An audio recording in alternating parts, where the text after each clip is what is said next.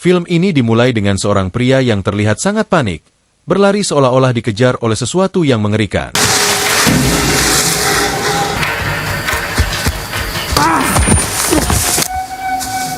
Pelariannya terhenti ketika kakinya terkilir. Tidak lama kemudian, muncul 3 orang bertopeng membawa kapak.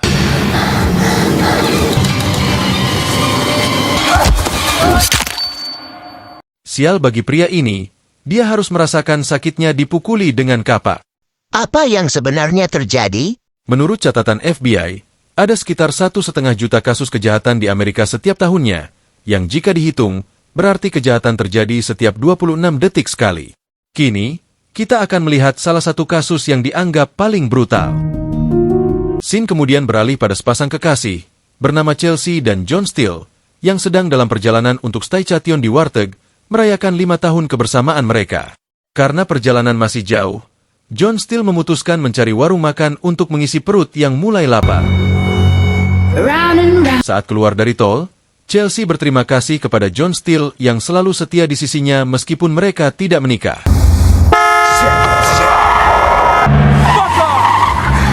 Dalam perjalanan, mereka hampir membahayakan pengendara lain karena terganggu oleh keinginan mereka untuk berciuman. Di tengah rasa syok, John Steele yang menderita asma segera menggunakan inhaler. Beberapa saat kemudian, Chelsea merasa kesal karena lagi-lagi mereka kehilangan sinyal ponsel. John Steele pun berkata bahwa mungkin itu akibat mereka memasuki daerah terpencil. Sejak tadi mereka memang belum menemukan tanda-tanda peradaban dan hanya dikelilingi oleh hutan lebat. Tidak lama kemudian, mereka merasa lega saat tiba di sebuah kota kecil bernama Venus, dengan populasi hanya 486 orang.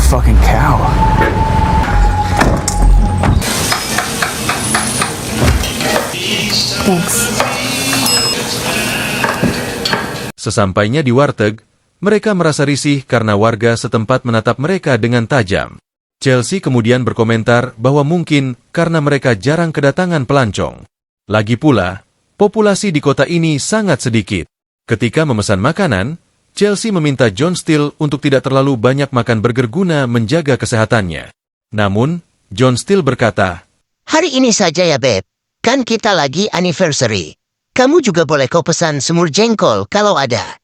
Mendengar itu, 2 warga setempat, Eden dan Neil, terlihat senang melihat kemesraan mereka yang begitu harmonis. Eden yang penasaran kemudian bertanya sudah berapa lama mereka menikah. Chelsea menjawab, Kami tidak menikah, hanya tinggal bersama selama 5 tahun. Semua orang pun terkejut mendengar pernyataan Chelsea seolah tidak menyetujui hubungan yang mereka jalani. Salah seorang pegawai berkata, 5 tahun bersama tapi tidak menikah itu dosa, loh. Namun, bukannya menerima saran tersebut, John Steele malah meminta mereka untuk tidak ikut campur. We can use some directions to the highway. Okay.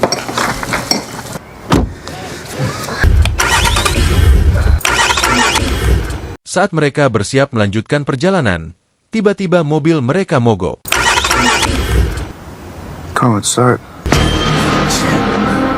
Terkejut, mereka melihat seorang mekanik bernama Rudy yang datang dan menawarkan jasanya. Setelah memeriksa mobil, Rudy mengatakan bahwa busi mobil itu rusak dan perlu diganti. Namun, karena sudah malam dan toko suku cadang sudah tutup, Rudy berjanji akan memperbaikinya keesokan harinya. Menyadari bahwa mereka harus menginap, Chelsea pun bertanya apakah ada hotel di kota ini. Karena O'John's Hotel belum buka, Rudy menyarankan agar mereka menyewa sebuah kabin milik seorang pemburu. Mendengar saran itu, John Steele marah dan menuduh Rudy melakukan penipuan serta sabotase terhadap mobilnya. Chelsea yang kesal meminta John Steele untuk bersikap sopan dan tidak menuduh sembarangan di tempat orang. Akhirnya, Chelsea setuju untuk menyewa kabin itu. Sally, seorang pekerja di bengkel, berniat mengantarkan mereka setelah pulang kerja. Namun, saat mereka akan pergi, mereka bertemu dengan 2 anak kecil berpakaian seperti sales panci yang memberikan selebaran dan menyarankan mereka untuk taat beribadah demi menghapus dosa.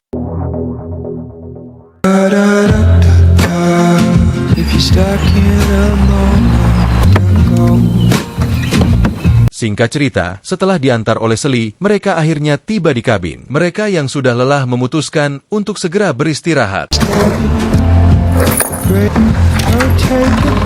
Chelsea terlihat senang melihat kabin yang estetik, yang tidak kalah menarik dibandingkan dengan O'John's Resort. Malam pun tiba dan suasana menjadi gelap. John Steele yang ingin menyimpan bir merasa bahwa kulkas di kabin tersebut rusak. Chelsea kemudian menemukan nomor pemilik kabin dan berniat memberitahukan masalah tersebut. The refrigerator is broken.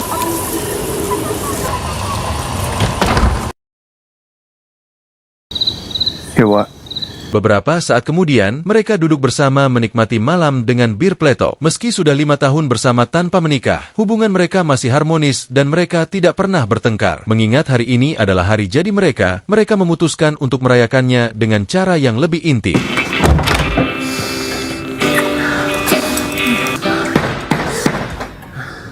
Namun, perayaan mereka terhenti saat mendengar suara seseorang datang. Ketika diperiksa, ternyata ada seseorang yang menanyakan teman mereka yang bernama Tamara. Dengan bingung, Chelsea menjawab bahwa mungkin saja orang tersebut salah alamat.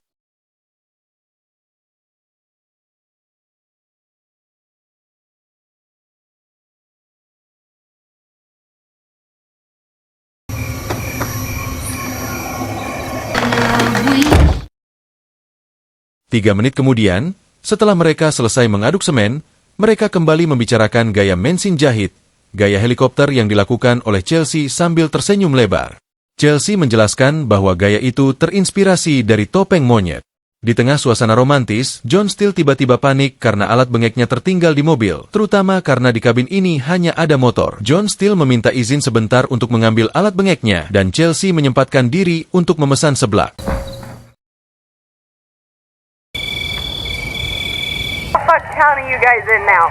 Ketika John Steele pergi, Chelsea video call dengan temannya dan bercerita tentang situasinya di kabin terpencil karena mobil John Steele mogok, tapi untungnya ada wifi di kabin tersebut. Saat Chelsea mendengar suara dari luar, dia mengira John Steele sudah kembali. Tanpa sadar, sosok misterius tiba-tiba muncul di dalam kabin. Chelsea terkejut dan berharap John Steele cepat kembali.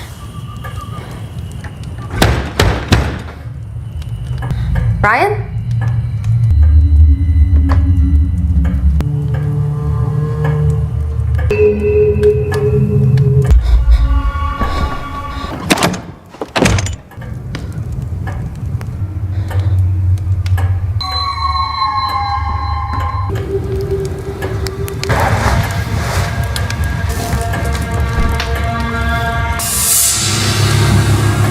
Chelsea juga heran karena HP-nya tiba-tiba berpindah tempat. Keadaan semakin mencekam saat Chelsea mendengar suara seseorang bernyanyi dari arah belakang.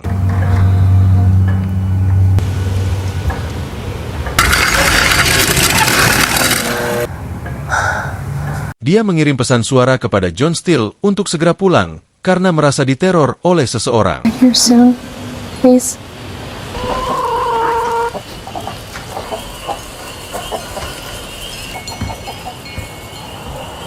Setelah memastikan sekitarnya, Chelsea mencoba menenangkan diri dengan duduk di sudut bako, oleng sambil mendengarkan musik klasik.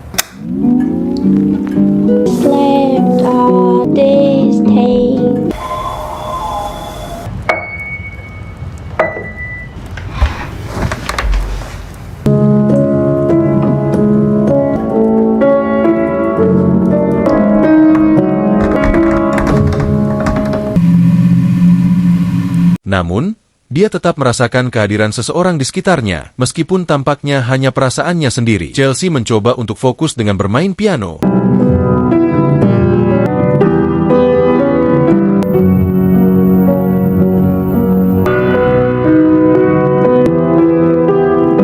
Tanpa sadar bahwa sosok misterius masih mengamatinya dengan seksama. Singkatnya, Chelsea yang merasa cemas memutuskan untuk mandi sebelum John Steele pulang.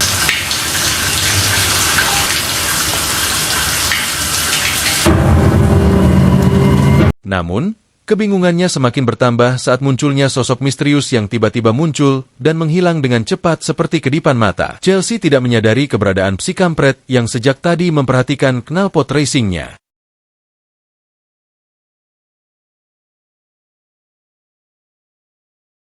Listrik kabin berdesir, dan Chelsea panik mencari saklar.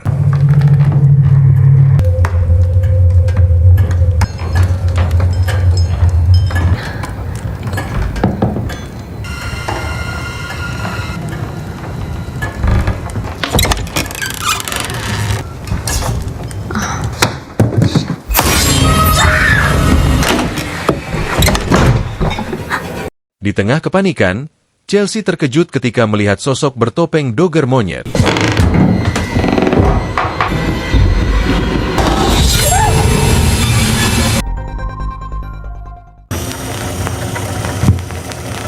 Ketika listrik kembali menyala, John Steele bertanya apa yang sebenarnya terjadi. Chelsea menceritakan bahwa dia merasa diteror oleh sesuatu dan bahkan melihat sosok yang memakai topeng monyet. John Steele mencoba menenangkan Chelsea yang terkejut, menyatakan bahwa mungkin yang dilihatnya hanyalah ilusi dari lukisan itu. Meskipun sedikit terganggu, Chelsea mulai merasa lebih tenang. Nights in white satin. Maybe we can be at Baker City by night.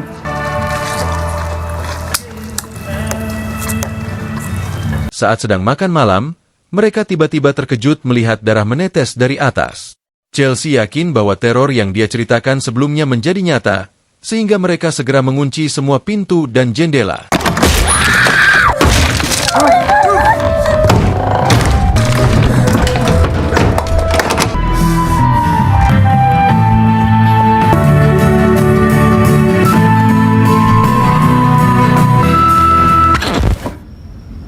Ternyata, mereka bukanlah sasaran hantu. Saat berusaha mencari tahu lebih lanjut, John Steele dan Chelsea menemukan bahwa ada sekelompok penjahat di dalam kabin yang mencoba mengintimidasi mereka.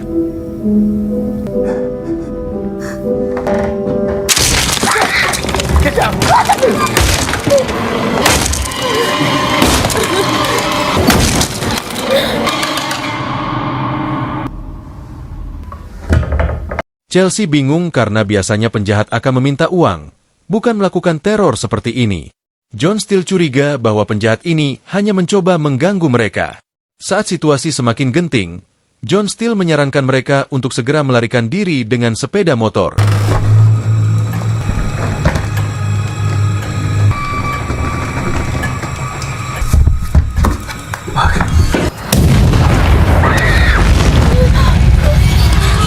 Namun, rencana mereka terancam saat mereka menemukan bahwa motor mereka telah dirusak oleh psikampret yang berusaha menghalangi mereka.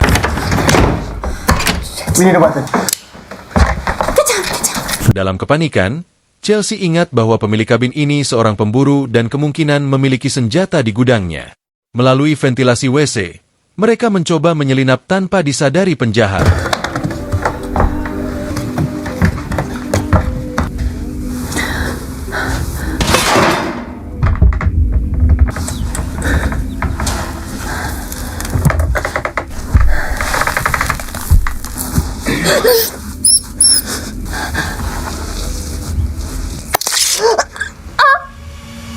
Chelsea, tidak sengaja, terluka karena terjatuh di paku kusen yang berkarat.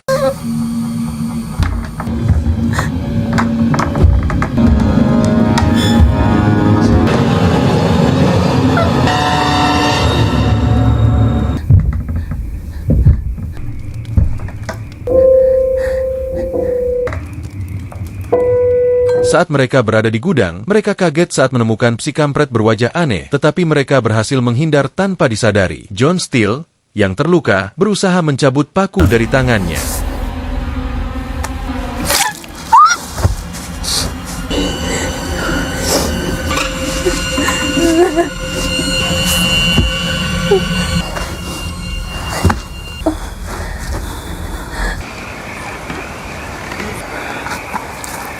Setelah berhasil keluar, mereka berdua bergegas mencari senjata di dalam gudang yang gelap dan mencekam.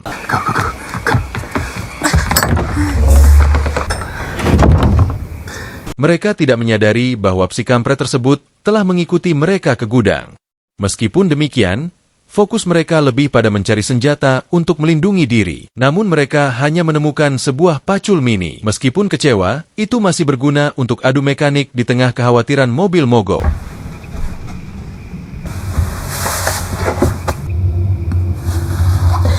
John Steele, yang melihat lantai 2, meminta Chelsea untuk menunggu sambil berharap ada yang bisa digunakan untuk pertahanan.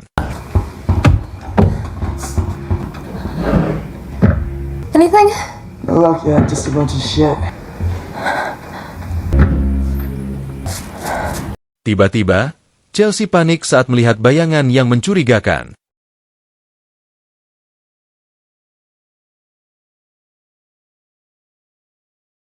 Untungnya, John Steele menemukan senapan api dan berhasil melindungi Chelsea tepat waktu.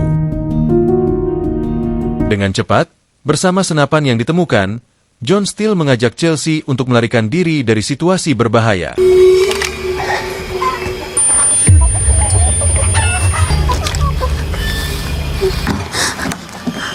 Ketika mendengar suara di teras kabin, John Steele menenangkan Chelsea sambil bersiap melakukan lompatan menembak.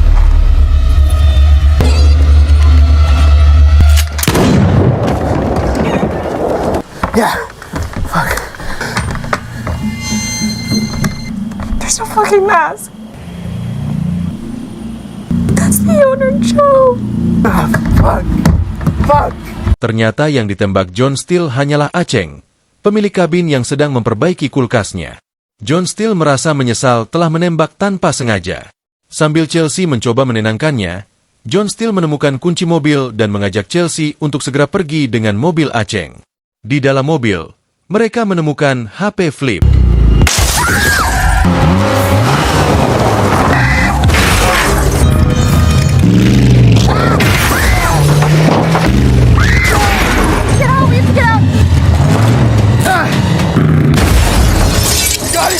Ternyata si penjahat sudah menyiapkan mobilnya sendiri. Mereka memutuskan untuk melarikan diri dengan mobil Aceng, meskipun John Steele yang terjepit meminta Chelsea untuk pergi mencari pertolongan.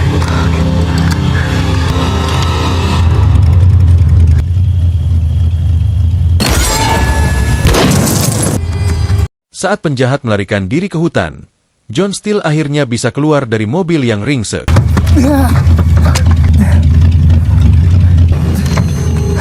Ia segera menyusul Chelsea dengan cekernya.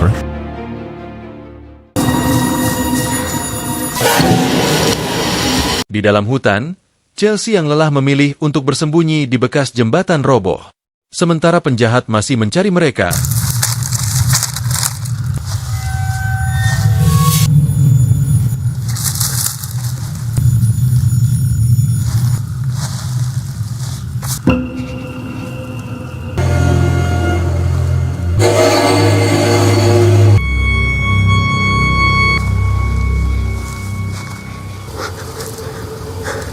Chelsea berhasil lolos dengan cara menyamar. Dengan menggunakan HP Aceng, ia segera menelepon nomor darurat untuk meminta bantuan. Namun sayangnya, operator tidak mengerti dengan baik karena Chelsea bicara dengan tergesa-gesa. Tidak hanya itu, sinyal luplep membuat semuanya menjadi sulit. Chelsea terkejut saat menemukan tengkurap manusia dengan babatok yang terkampak. Tengkurap tersebut adalah korban si kampret di awal adegan tadi. Dalam kepanikan, Chelsea melarikan diri dengan cepat.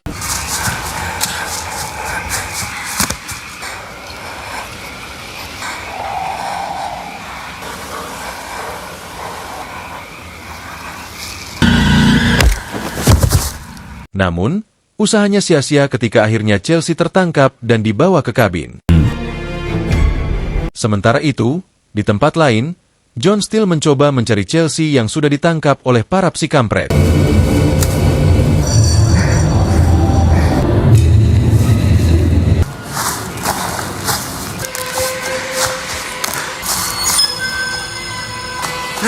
Raya!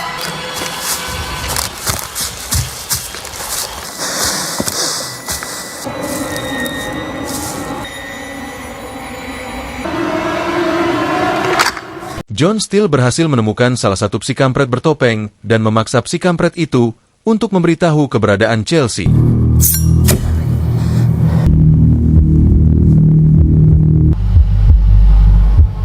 Namun, psikampret itu justru menantang John Steele dengan sikapnya yang arogan. John Steele marah dan mengancam akan meledakkan situasi. Good reason not to fucking kill you right now!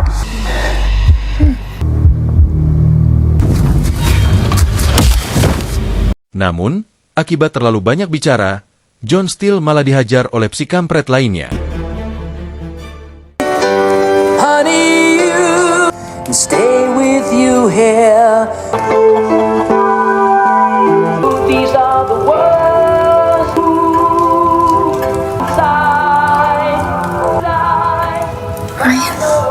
Beberapa saat kemudian, Chelsea mencoba menyadarkan John Steele yang pingsan. Ketika John Steele sadar, Chelsea meminta maaf karena memaksa John Steele menginap di kabin ini yang menyebabkan kejadian tersebut. Namun, John Steele juga meminta maaf karena kelaparan dan penat, mereka berdua terjebak di kota Venus. Di tengah keputusasaan, John Steele akhirnya mengajak Chelsea menikah. Chelsea yang terkejut langsung menerimanya.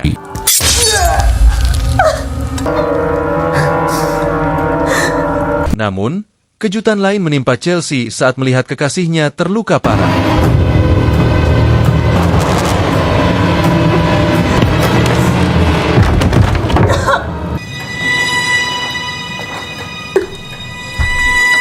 Malang sekali, udah MAH bengek. John Steele yang kehabisan darah akhirnya meninggal. Betapa sedihnya Chelsea, karena baru saja dilamar, kini sudah menjadi janda. Lantas Chelsea pun menanyakan maksud mereka melakukan semua ini. Akan tetapi, mereka hanya menjawab, karena kalian berada di tempat ini. Mendengar hal itu, jelas saja Chelsea kebingungan dengan maksud dari kelompok kopet ini.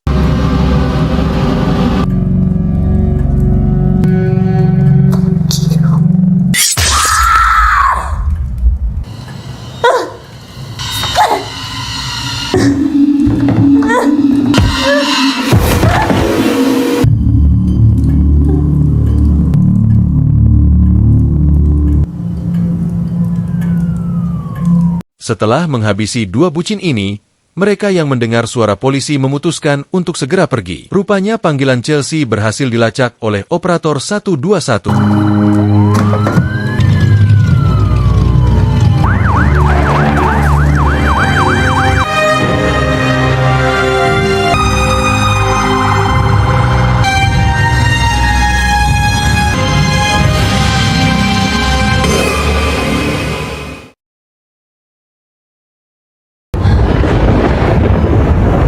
Singkat cerita, rupanya Chelsea masih sempat dilarikan ke rumah sakit terdekat.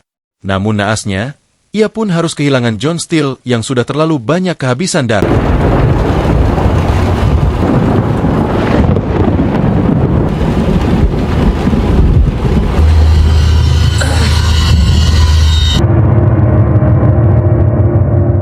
Namun tanpa Chelsea sadari, si kampret ini terus mengincarnya, seolah belum puas untuk melakukan aksi kampretnya. Lalu film pun sudah selesai. Bagaimana film yang cukup mengerikan, bukan? Intinya, niat hati ingin merayakan anniversary kumpul kebo, keputusannya untuk menepi di sebuah desa terpencil malah menjadi mimpi buruk. Akan tetapi, kita belum tahu jelas motif sebenarnya dari si kampret ini.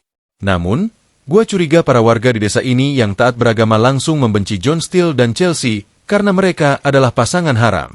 Daripada capek berteori gak ada ujungnya, mending kita nantikan jawabannya di chapter 2. Mungkin segini saja review dan pemanasan film The Strangers chapter 1 2024.